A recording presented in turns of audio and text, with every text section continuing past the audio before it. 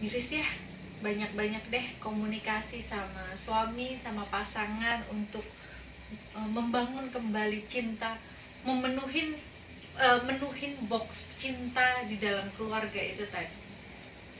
Komitmen, attachment, bonding, kelekatan, memberi, itu harus mulai kita lakukan kembali untuk membuat keluarga ini benar-benar nyaman, keluarga itu benar-benar sehat, dan pada akhirnya dapat membangun keluarga yang berkarakter, tidak hanya merubah anak kita dan menjadikan anak kita yang berkarakter dan berjiwa sosial tinggi, tetapi juga memberikan kebermanfaatan untuk sesama.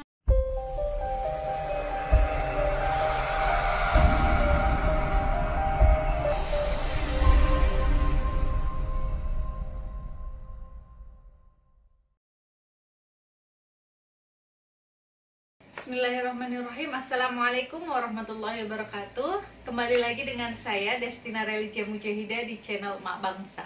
Kali ini masih tetap dengan kostum yang sama. Kita akan membahas kembali tentang fungsi keluarga. Apa itu fungsi dari keluarga? Kemarin kita sudah membahas tentang definisi dari keluarga. Keluarga itu apa?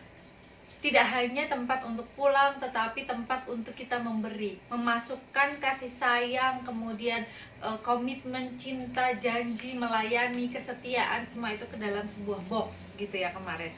Bukan kita menuntut, tetapi apa yang sudah kita beri. Intinya kan di situ kemarin ya. Kemudian apa sih sebenarnya fungsi keluarga itu? Sebelum kita masuk ke fungsi, kita akan mempelajari dulu struktur keluarga itu seperti apa. Ada banyak struktur di dalam keluarga. Ada yang namanya nuclear family, kemudian ada namanya extended family, kemudian ada namanya blended family, kemudian ada yang namanya single parent family, kemudian ada yang namanya composite family. Nah, definisinya apa sih? Pengertian dari yang pertama adalah nuclear family. Nuclear family adalah mereka terdiri dari suami, istri, dan juga anak. Satu keluarga itu terdiri dari suami, istri, dan anak. Kemudian kalau extended family, satu keluarga, satu rumah itu terdiri dari ayah, ibu, anak, kemudian ada nenek atau kakek atau keluarga yang lain. Itu namanya extended family, keluarga besar.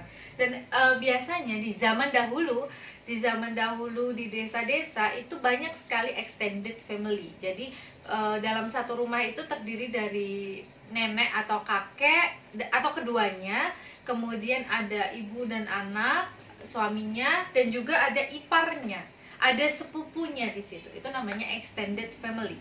Tapi kalau nuclear family hanya ada, iya, zaman sekarang banyak sekali ya mereka yang menginginkan untuk mandiri gitu, menginginkan untuk mandiri dan minim intervensi dari orang tua. Mereka menganggap bahwa orang tua itu interventif, masih sering memberikan intervensi kepada keluarga. Akhirnya mereka keluar dan ngontrak rumah misalkan, atau sudah memiliki rumah sendiri ketika mereka sudah mapan. Hanya ada ayah, ibu, dan juga anak. Itu namanya nuclear family. Kemudian ada yang namanya blended family. Blended family itu apa? Itu adalah pernikahan yang terdiri, keluarga yang terdiri dari ayah, ibu, anak, dan juga anak tiri atau anak dari pernikahan sebelumnya. Itu namanya blended family. Jadi ada anggota keluarga lain tetapi itu masuk anak gitu loh. Itu namanya blended family. Kemudian ada namanya single parent family. Single parent family ya seperti kita tahu bersama bahwa aku single parent misalkan. Jadi dia membesarkan anaknya seorang diri, entah itu laki-laki ataupun perempuan. Single parent family. Kemudian composite family yang terakhir. Composite family ini adalah keluarga dengan poligami. Jadi dalam satu rumah itu terdiri dari lebih dari 2 istri. Misalkan kayak gitu, poligami, lebih dari 2 istri dan anak-anaknya dapat hidup rukun misalkan dengan satu orang suami. Itu namanya composite family. Mungkin insya Allah lain waktu kita akan membahas tentang composite family. Sebenarnya pro kontra tentang composite family atau keluarga dengan poligami ini seperti apa gitu ya, insya Allah. Oke, kita masuk kepada fungsi dari keluarga. Apa itu fungsi keluarga? Fungsi keluarga ada 3. Yang pertama adalah fungsi biologis. Fungsi biologis itu adalah untuk proses reproduksi gitu ya. Kalau kita waktu zaman SD dulu, makhluk hidup harus bereproduksi agar dia tidak punah. Jadi agar dia bisa meneruskan keturunannya gitu. Kemudian yang kedua adalah fungsi afeksi. Seperti yang sudah kita bahas sebelumnya, bahwa keluarga itu harus memberi kasih sayang, menyayangi. Kemudian ada ikatan batin di situ, ada keintiman, ada bonding di situ. Yang ketiga, fungsi sosialisasi. Jadi keluarga itu harus mengajarkan anak-anaknya untuk bersosialisasi dengan masyarakat pada umumnya, mengajarkan anak-anaknya nilai-nilai, kemudian adab, kemudian nilai moral yang diyakini oleh sekelompok masyarakat di tempat dia tinggal. Fungsi sosialisasi sendiri juga menuntut orang tua untuk mengajarkan anaknya mengenai cita-cita, keyakinan, kemudian keyakinan salah satunya di sini adalah keyakinan untuk beragama ya, mengajarkan tentang apa itu agama, siapa itu Tuhan, bagaimana kita harus bersikap dengan sesama, dengan apa yang kita yakini. Itu tidak bentrok gitu. Namun saat ini fungsi keluarga itu sudah mulai bergeser. Nah, terjadi pergeseran fungsi pokok di dalam keluarga. Di sini ada aktivitas ekonomi itu mulai bergeser. Yang dahulunya pembuatan barang, produksi dan konsumsi itu dilakukan oleh keluarga. Nah, pada kenyataannya fungsi keluarga itu sudah mulai bergeser nih di zaman sekarang ini. Jadi keluarga itu tuh peran keluarga itu sudah mulai bergeser. Misalkan ya, di aktivitas ekonomi saja, singkong zaman dahulu, pembuatan singkong untuk menjadi gaplek ataupun tiwul misalkan, itu dilakukan oleh keluarga. Jadi keluarga itu misalkan untuk membuat gaplek atau tiwul itu, si ayah itu pergi ke kebun, dia nyari manen singkongnya. Kemudian anaknya itu dia yang ngupas, anak-anaknya itu ngupas singkongnya, dan ibunya itu nanti yang masak. Jadi aktivitas produksi dan juga ekonomi saat itu, zaman dahulu itu berpusat di keluarga. Semua itu dilakukan di keluarga. Nasi itu dimakan oleh kaum-kaum bangsawan zaman dahulu. Pergeseran yang pertama seperti itu. Kemudian yang kedua, fungsi proteksi. Aktivitas proteksi zaman dahulu itu dilakukan oleh laki-laki di dalam keluarga. Dalam artian suami di sini, ayah. Dilakukan oleh ayah atau suami. Jadi apapun yang mengancam keluarganya, maka ayah akan pasang badan untuk melindungi anggota keluarganya, segenap anggota keluarganya, istri dan juga anak-anaknya. Tetapi zaman sekarang banyak sekali suami-suami yang tidak bertanggung jawab, bahkan dia menjual istrinya. Dalam artian seperti apa sih? Ya, jadi pernah beberapa waktu yang lalu ketika saya masih belajar masih S2, kuliah S2 itu, ada suami-suami yang memang dia itu menjajakan istrinya, dalam artian menyuruh istrinya untuk menjadi PSK. Kemudian ketika anaknya sudah beranjak remaja, anaknya pun diproyekin sama dia, biadab loh itu. Bukan lagi melindungi atau menjaga anaknya, menjaga kehormatan keluarganya, tetapi menjajakan anak dan juga istrinya. Pergeseran itu nyata terjadi saat ini. Dan banyak sekali kasus KDRT, walaupun tidak menutup kemungkinan KDRT juga bisa dilakukan oleh perempuan. Tidak sedikit sekarang yang perempuan-perempuan yang melakukan KDRT.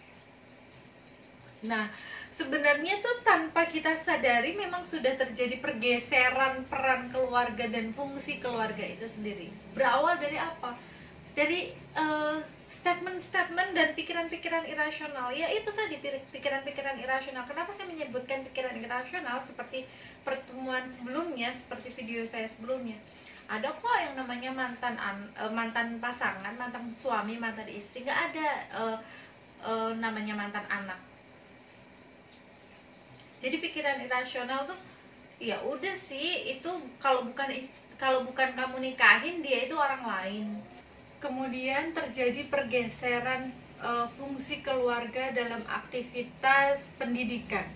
Jadi zaman dahulu tugas seorang istri, tugas seorang ibu itu selain untuk melayani suami atau melayani ayah, itu juga untuk mendidik anaknya. Jadi memang ya prinsip ibu adalah madrasah pertama untuk anak-anaknya, itu benar, tidak dipungkiri zaman dahulu. Tetapi saat ini mirisnya, saat ini adalah aktivitas pendidikan itu mulai bergeser fungsinya dari tanggung jawab seorang ibu menjadi tanggung jawab guru-guru di sekolah-sekolah. Terutama saya lihat fenomena sekarang adalah sekolah di IT, Islam Terpadu. Jadi sekolah-sekolah swasta nih, karena orang tuanya merasa dia sudah bayar mahal di sekolah itu, dia membebankan kewajiban mendidik anak itu kepada guru-guru di sekolah anaknya. Jadi tidak lagi dia merasa berkewajiban untuk mendidik anaknya, memberikan pengajaran kepada anaknya, tetapi dia serahkan ke gurunya. Akhirnya apa? Akhirnya anak lebih dekat ke guru. Bahkan kemarin teman cerita gitu, ya Allah, nggak ada nih namanya sekarang bonding antara anak dengan orang tua, antara ibu dengan si anaknya. Loh kok bisa kayak gitu? Saya nanya kayak gitu karena background dia adalah seorang guru di sekolah Islam Terpadu, anak SMA loh itu. Dia bilang, ya iyalah, nah sekarang aja anaknya potong rambut, disuruh orang tuanya buat potong rambut aja nggak mau, disuruh ibunya nggak mau. Maunya kalau disuruh sama Dewi misalnya, Dewi namanya, dia Dewi, teman saya itu misalkan. Ya dia manutnya itu sama aku, bondingnya itu lebih ke aku daripada ke ibunya sendiri, karena mereka merasa bahwa aku sudah bayar mahal, ya aku serahkan itu ke us-usku, di us-usnya anak-anakku. Pergeseran sekarang tuh terjadi sangat ekstrim sebenarnya. Karena apa sih? Karena kita tuh tidak menyadari dan menginternalisasi, menyadari dengan benar-benar bahwa fungsi keluarga itu apa. Kita tuh nggak sadar akan itu. Kita tuh nggak boleh menuntut, tetapi kita tuh harus sama-sama menginternalisasi, memahami apa yang menjadi kewajibanku, apa yang harus aku beri ke anak dan juga pasanganku, ke anak-anakku dan juga ke pasanganku. Apa yang harus aku lakukan untuk mereka. Bukannya kita malah menuntut saja, menuntut suami untuk mencukupi nafkahnya lahir maupun batin tanpa dia mau memberi, mau melayani suaminya. Menuntut anak untuk mau nurut sama dia, mau mendengarkan ibunya, tetapi ibu nggak pernah mau dengerin anaknya. Mana bisa gitu loh. Kemudian pergeseran fungsi rekreasi. Jadi zaman dahulu rekreasi itu dilakukan di rumah. Ya udah, main bareng, ibu nembang itu menyanyikan lagu untuk anaknya. Kemudian main tuh bareng-bareng anak-anaknya itu, karena anaknya banyak ya udah main bareng sama anak-anaknya, sama ayah. Interaksi di dalam keluarga itu ada. Keluarga itu hidup. Fungsi rekreasi benar-benar tercapai di situ. Tetapi zaman sekarang rekreasi itu didapat dari mana tuh? TV, handphone, gadget. Di meja makan pada pakai gadget semua, pada main HP sendirinya, semuanya sendiri. Itu yang terkadang kita tidak sadar, tetapi sedikit demi sedikit menggerogoti keutuhan pernikahan atau keutuhan keluarga kita. Kemudian pergeseran yang kelima adalah pergeseran aktivitas keagamaan. Jadi zaman dahulu setiap habis maghrib, yang muslim nih ya, setiap habis maghrib orang tua itu ngajarin ngaji anaknya. ngajarin Al-Fatihah anaknya. Tidak hanya ibu, tetapi ayah juga ikut berkontribusi di situ. Tetapi zaman sekarang itu diserahkan sama siapa? Sama gurunya. Jadi sekarang tuh ibu-ibu sekarang tuh gini, nuntut gurunya tuh, "Bu, kok anak saya belum bisa baca sih? Anak saya belum bisa ngitung sih? Anak saya belum bisa ngaji. Gimana nih sekolah?" Padahal fungsi keluarga itu salah satunya adalah memberikan pengajaran untuk anak-anaknya, ngajarin anak-anaknya, fungsi pendidikan, aktivitas pendidikan untuk anak-anaknya. Dah, itu sudah mulai bergeser. Tanpa kita sadari, sedikit demi sedikit sudah mulai bergeser, dan keutuhan keluarga itu mulai terkikis karena kita tidak memahami hakikat dari keluarga sendiri itu apa. Gitu.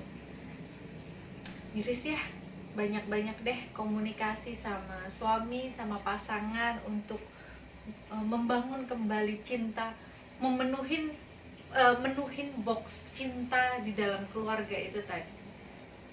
Komitmen, attachment, bonding, kelekatan, memberi, itu harus mulai kita lakukan kembali untuk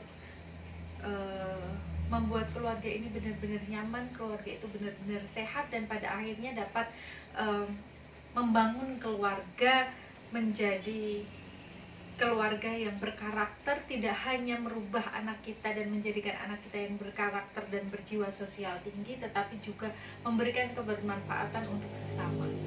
Gitu ya Mak ya. Cukup sekian. Assalamualaikum warahmatullahi wabarakatuh.